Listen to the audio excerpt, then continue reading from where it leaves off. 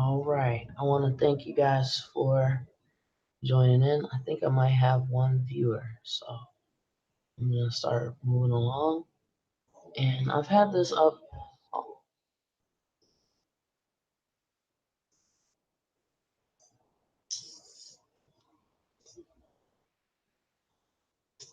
let me see. I gotta turn this off because I got my thing. Turn this off.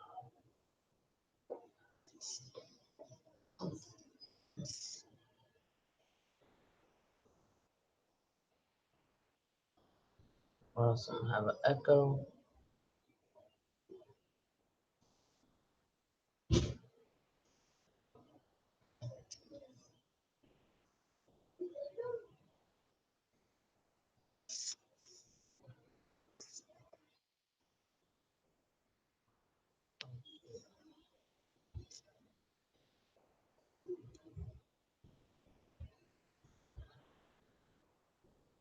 Okay.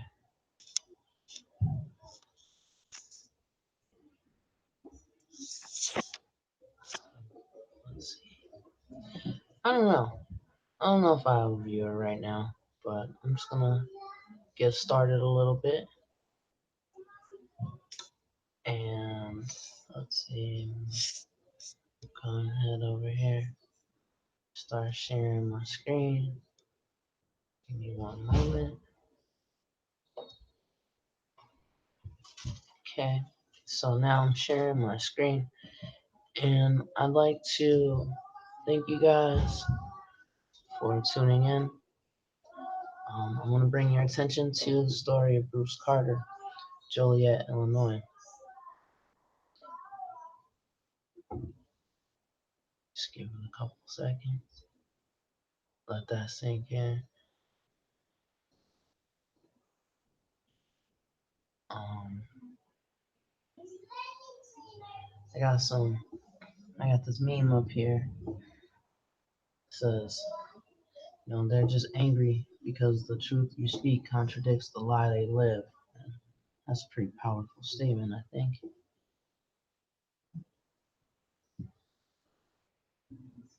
What does that mean, though?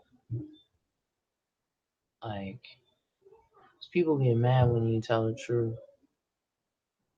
People get big mad. Big mad. So, yeah, there's some people that are kind of upset. We're moving right along. This is me and Bruce Carter, and my cousin. Um, I ran a nonprofit, and we had one successful, we only had one outing, one project. And so we completed it successfully. We were the only volunteers. Bruce was the only one, and my cousin, they're the only ones that showed up that day to clear some vacant lots.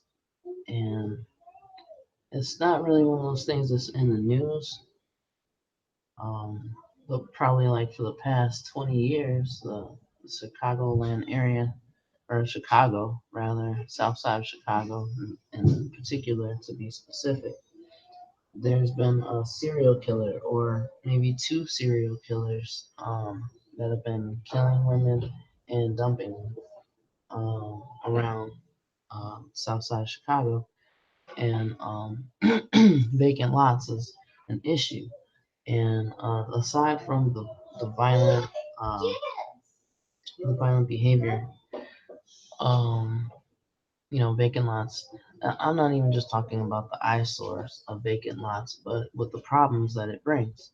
And so I made a nonprofit and I commissioned my friend. He was on the board of directors, and we got it done. There's a couple other factors to the nonprofit that I had put together. Another thing was to test the soil. Um, Actually, that site that we were at is right across the street from a bus terminal. Not the bus terminal, it's like the bus station where all the bus house, where all the buses go. So there's a lot of commercial traffic in that area. And my plan was to raise some funds and test the soil to see what kind of is the soil viable for perhaps urban gardening, greening the ghetto.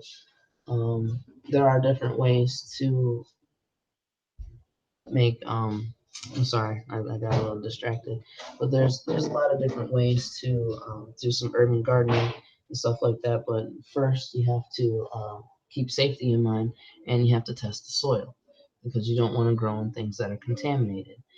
Um, so that's what part of the purpose of my nonprofit was. I did that in 2016, and Bruce was on the board of directors of that. Um, he helped get it done, and it was a big job. It was really hot outside that day, and you had to wear pants and long sleeves, or else, because you're doing lawn work, it's hard work. So, good guy, dependable guy. And now here we are we're looking at the coroner's report, and it's a multiple gunshot wound homicide, and he was pronounced at 11:55 a.m. in the emergency room. He got shot at his home, or inside his home rather, at around 11:22 a.m. And I have the coroner's report up, so we can take a look at that. But first, I'll just give you a quick overview because the coroner's report is just so empty. There's so many spots in there where they did not fill in information, where they could have filled in information, but they neglected to fill in information. So I have some of the missing information right here. Um, Aaron Bandy was the undercover detective that shot and killed Bruce Carter on February 6, 2019, inside Bruce Carter's home. He used a 9mm Glock, and the Will Grundy Major Crimes Task Force is that's the agency that's investigating the officer involved shooting, and there's the detective that's in charge of that. This coroner's report was the sign date for it was February 25th. It's important to note that the autopsy was done on February 7th. Um, the incident, of course, happened on February 6th. So they said Bruce Carter was a suspect in a 9:32 a.m. bank robbery over on the other side of town. That'd be considered like sort of the near west side of Joliet.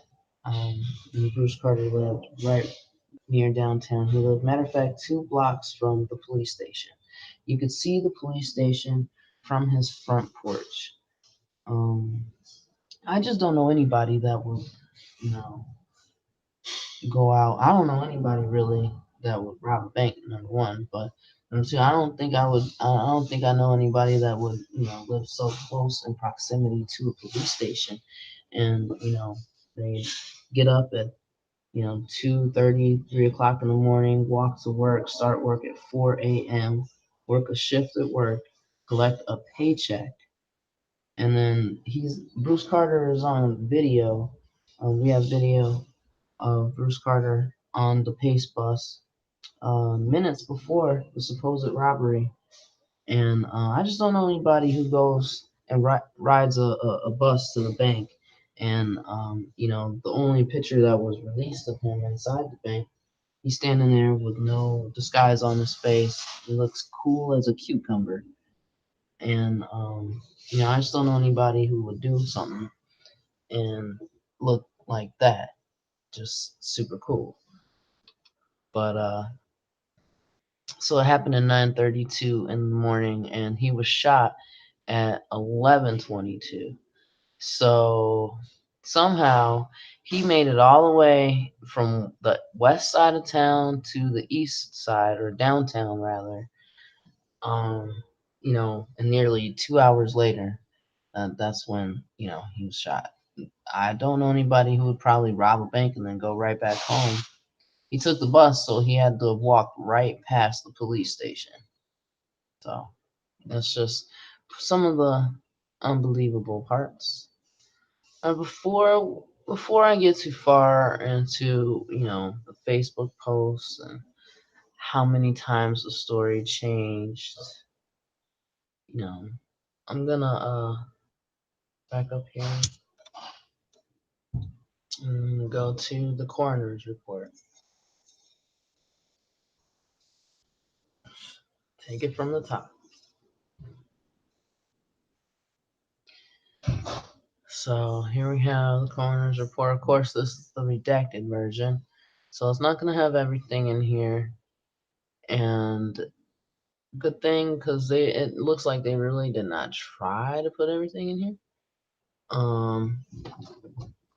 They do not have the dispatcher number.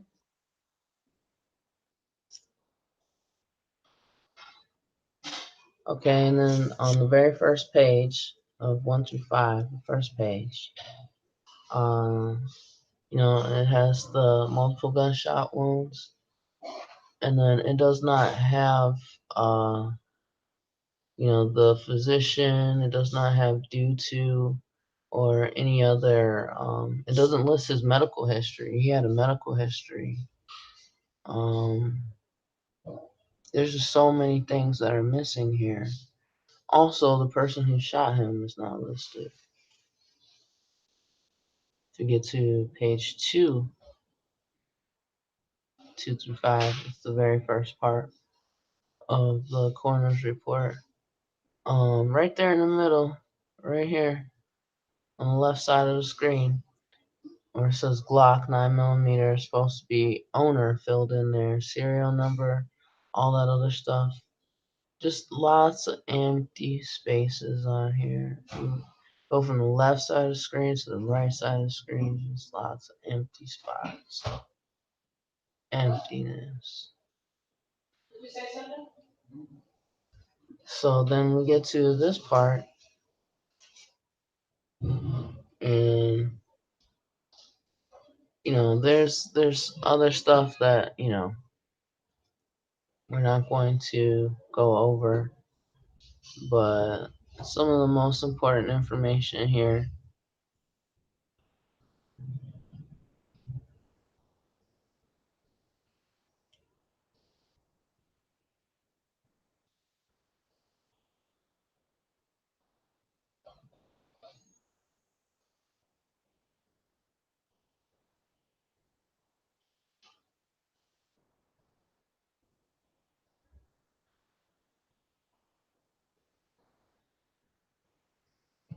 All right.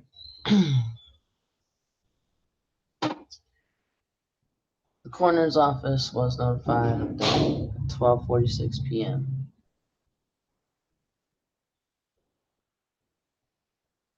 And then CSI Burgeon makes his way to the ER, and they see him there. And the coroner got this information from CSI Virgin.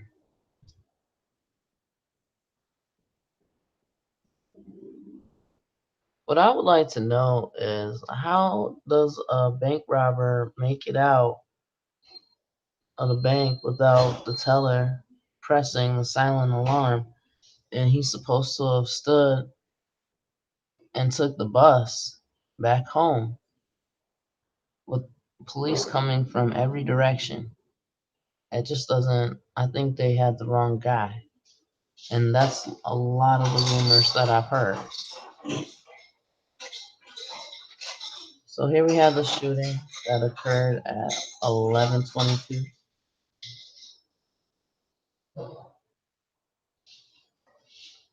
He arrived at the ER at 11:35. That's 13 minutes. So from his house to the hospital, I looked it up. It's about a 12-minute ride. So that's about right. By the time he got there, though, he was already in full cardiac arrest.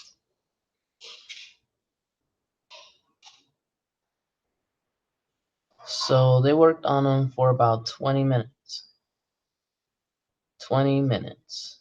They drew no blood or urine in the ER, and they worked on him for 20 minutes before they pronounced him dead. So when the coroner got there, CSI Virgin led him back to the room, and they still had all the tubes and the defib pads in place.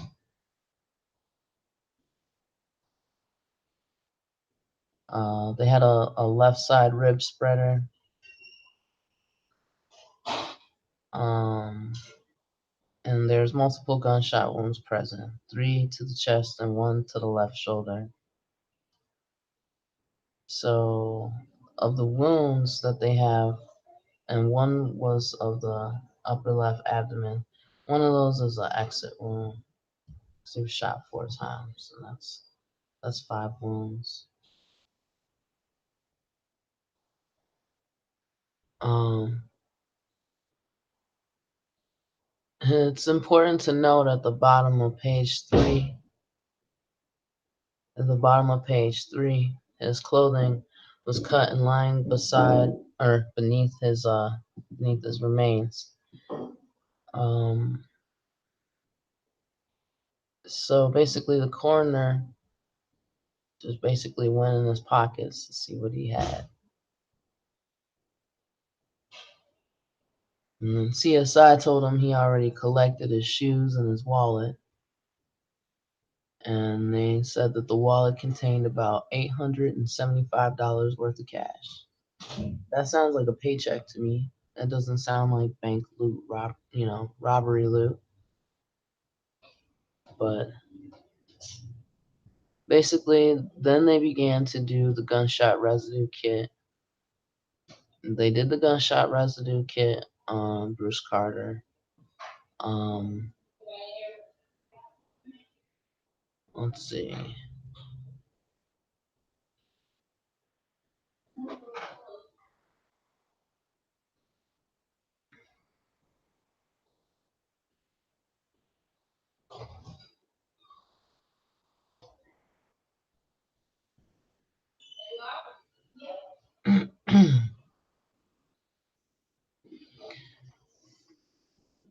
So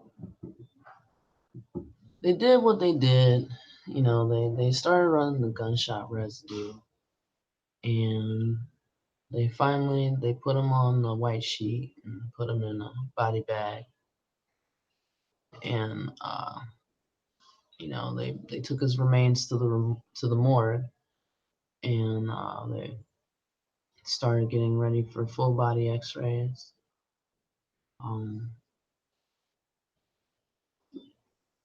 About in the middle of the page on page 4 out of 5 in the beginning, you'll see where the detective with the task force stated that the officer that shot Bruce Carter will not be interviewed for 72 hours.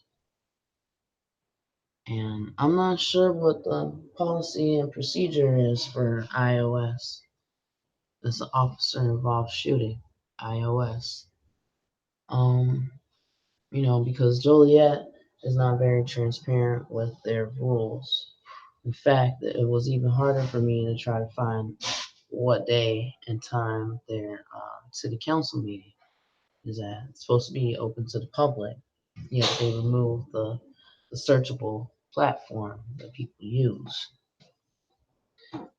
So basically, here I see on the rest of the coroner's report where they dismissed Bruce Carter after he was misidentified and murdered. Basically, they just bothered his brother, asked him a bunch of questions that don't really matter.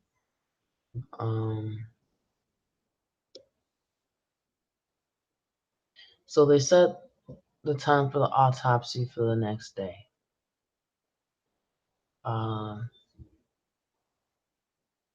When they did the autopsy, they had 1, 2, 3, 4, 5, 6, Six people and a doctor, so 7 people in attendance to view this. One person is a medical student. Someone else is with the Shorewood Police Department, and they recovered doctor. Okay, the doctor recovered one projectile from his rib area during the autopsy, and then the doctor advised he could not complete the autopsy. He could not complete the autopsy because the X-ray of Bruce Carter's lateral area was completely white, and he was unable to view the X-ray.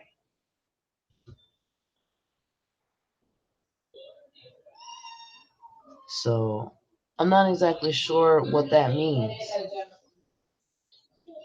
I'm not exactly sure what that means by, the lateral area was completely white and then he was unable to view the X-ray. So that means he did not complete the autopsy. Does that mean that, it was in such a bad reason that it was in such a bad way that, that would give you reason to not complete the autopsy, to complete you know, the homicide investigation? What was the cause of death? Um, I'm not sure what that means.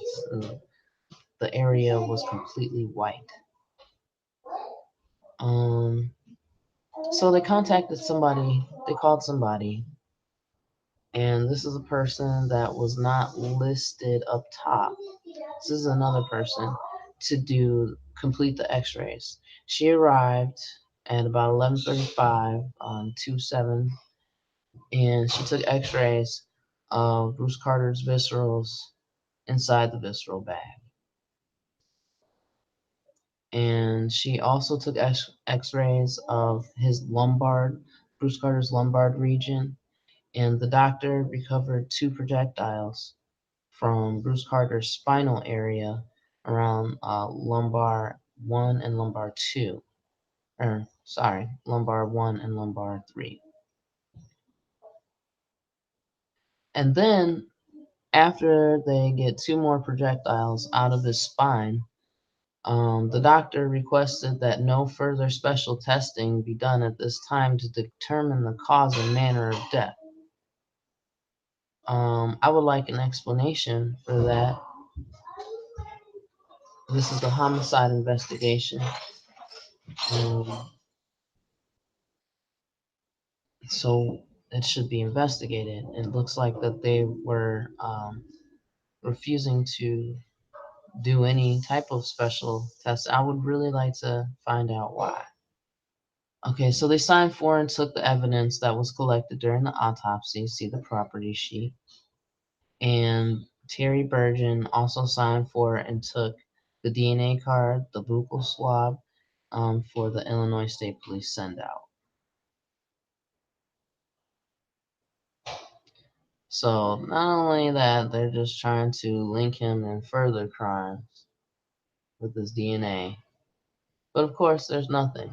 There's nothing. And here they spelled his brother's name wrong. This is where they began spelling his name wrong because they just stopped caring at this point. It just looks like, they never really cared in the beginning. But, he said he would not complete the autopsy and that he has not requested any special testing at this time. That's pretty much it. And they just started calling. And so then they started basically, um, I don't know, just torturing the family. Basically, they provide spelled the brother's name wrong with autopsy results, multiple gunshot wounds, and toxicology. Um,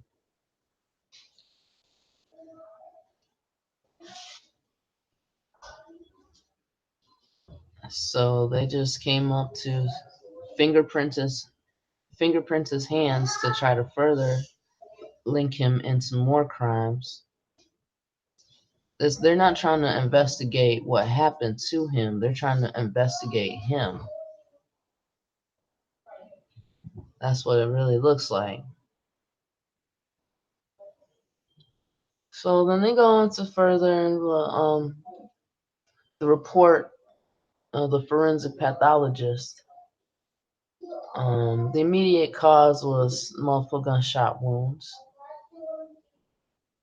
And so the doctor's conclusions, what killed him, is based on the autopsy, the coroner's investigation, and toxicology testing results.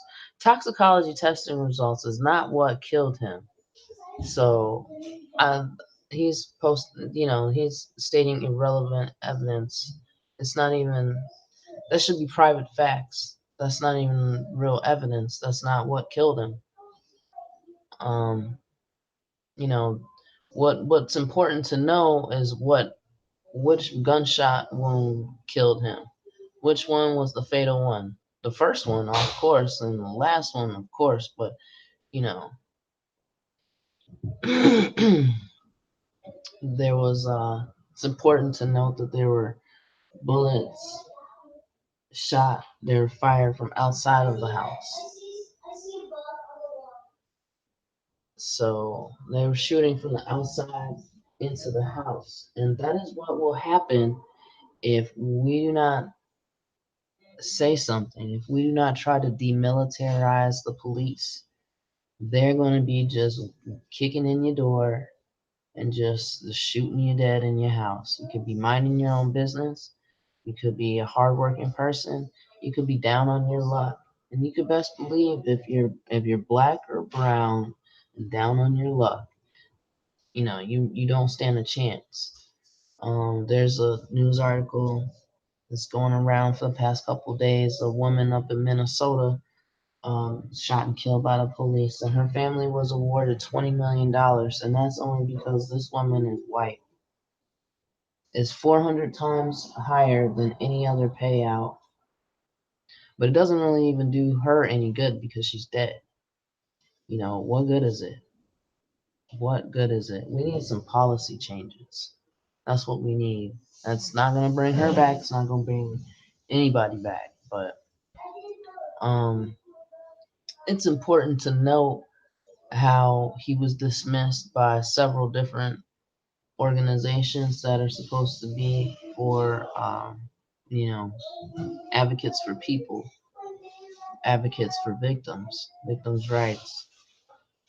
And, that's the purpose of me doing this whole live YouTube thing so that we can look at this and see it, because that's crazy, you know.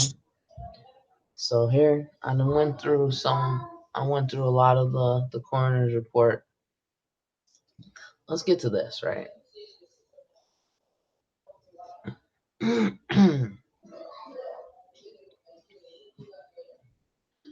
All right, here we have up on my Google slide.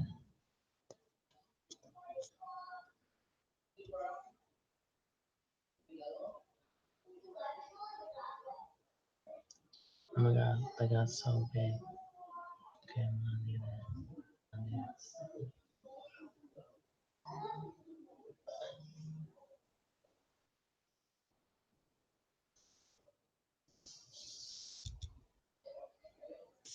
Well, that's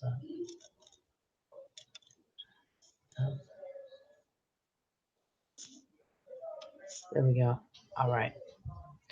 So here we have the Facebook post made by the chief of police on February 8th. They just got done doing the supposed autopsy.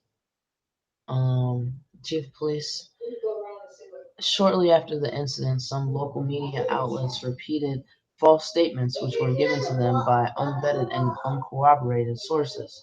It is disappointing that these outlets did not ensure that they had their facts correct before they spread this disinformation. And I'm reading what the chief of police wrote. The crazy part about it is I really do think that,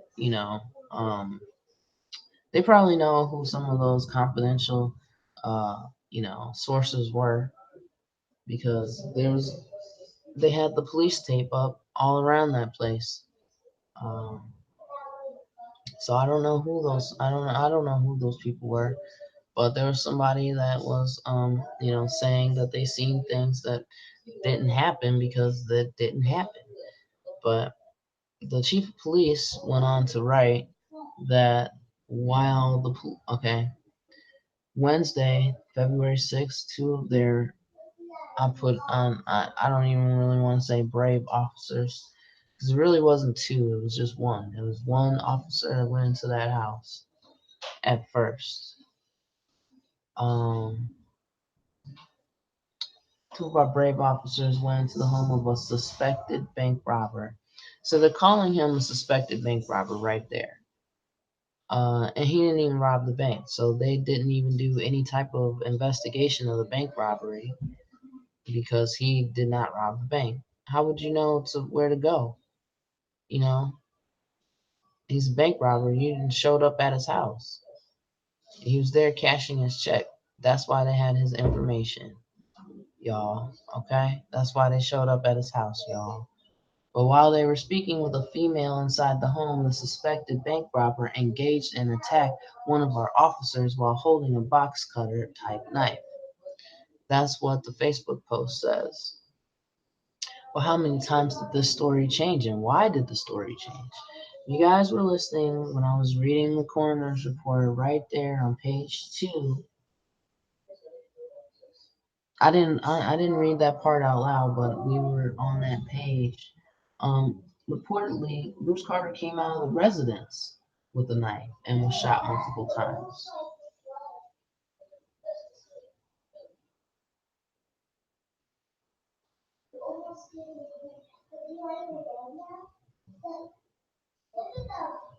So then we go from there to you know,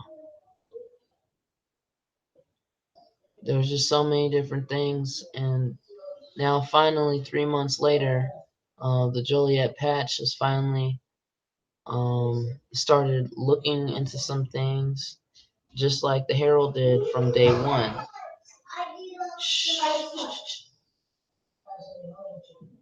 Just like the Herald did from day one.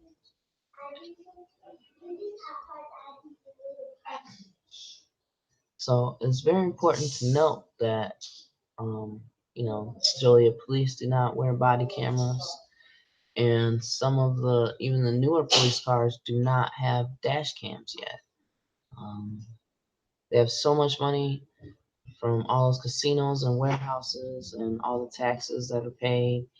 I really wonder who is in charge over there. And I really wonder who was in charge over there at First Murder West Bank, because they have not released any video. And another thing, here we see Bruce Carter on the bus. Um, it just doesn't seem plausible. Just doesn't really seem one of those types of things that could really happen like that. So let's just keep on going.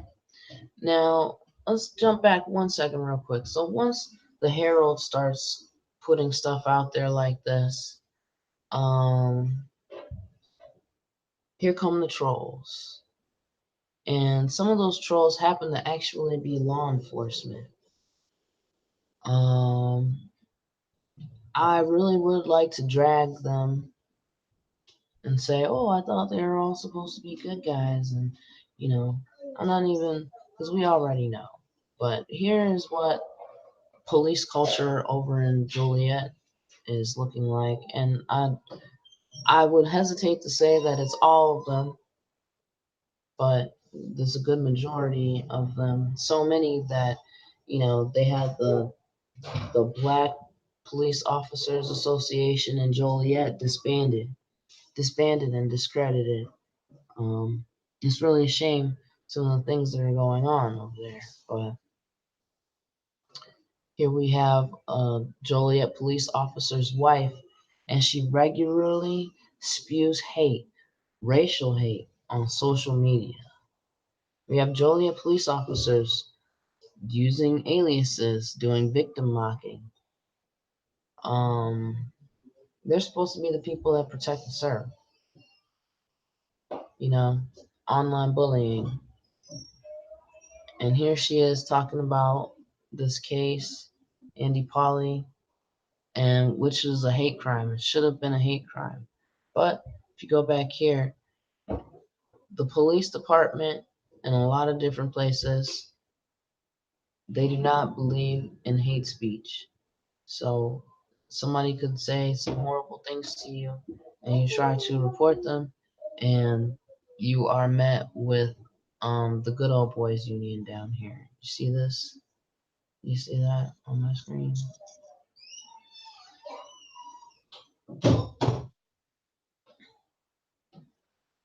But this is the one who did that. That's Aaron Bandy.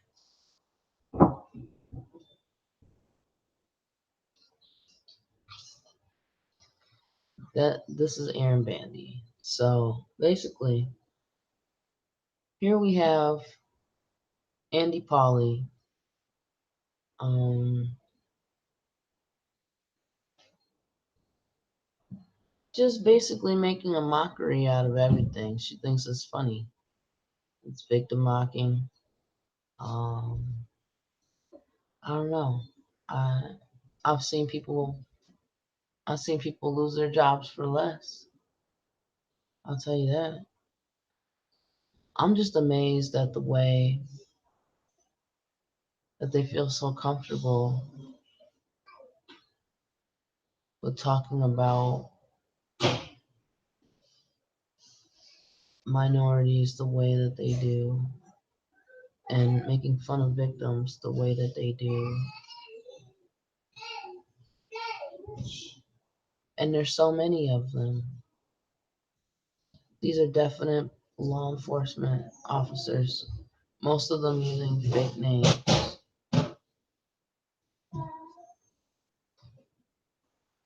There she is saying, "You people."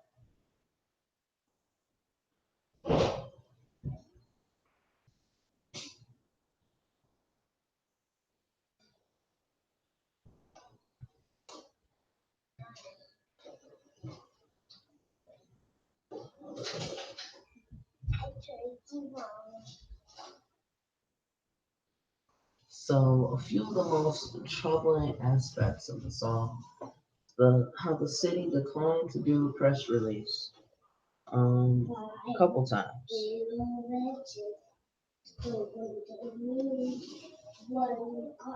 The coroner refused to do further testing. The inconsistencies. They're so bold, they get on social media. They really do just need to put some body cameras on them. And then that would probably help a lot of the stuff that ends up as lawsuits and police brutality, costing the city money, the internal problems, the Black Joliet Police Officers Association. And here we have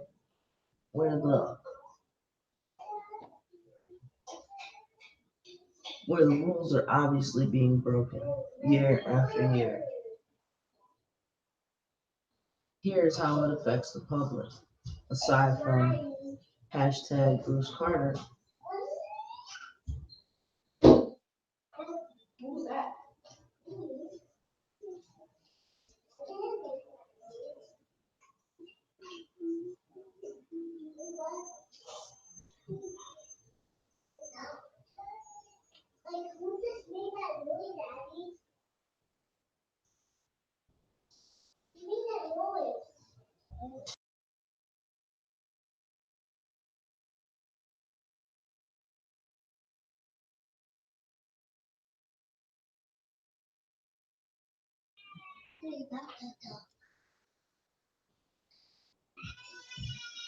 oh, almost done here, guys.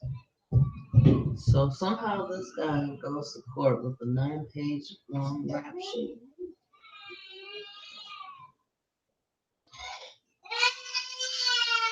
And that's when my phone starts. Okay. He sounds sleepy.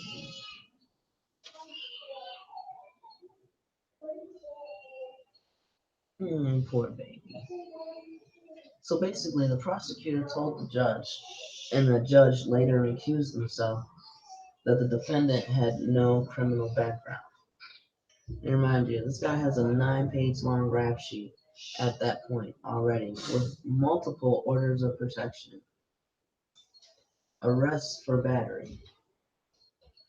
Somehow, he was released on his own recognizance, so he got out of jail for free. He's on video using the N-word, and he hit a kid, and he was not charged with a hate crime.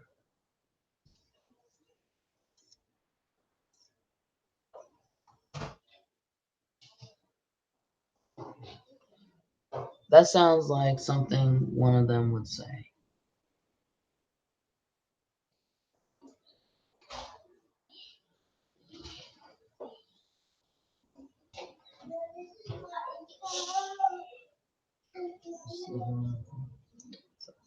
Yeah, I'm almost done, guys. So yeah, it's really messy in the background back there, but I'm about to get done over here, and I don't know. I really thank you guys for tuning in. Don't forget to like, share, and subscribe. I'm gonna be at the city council meetings. Hope to see you there.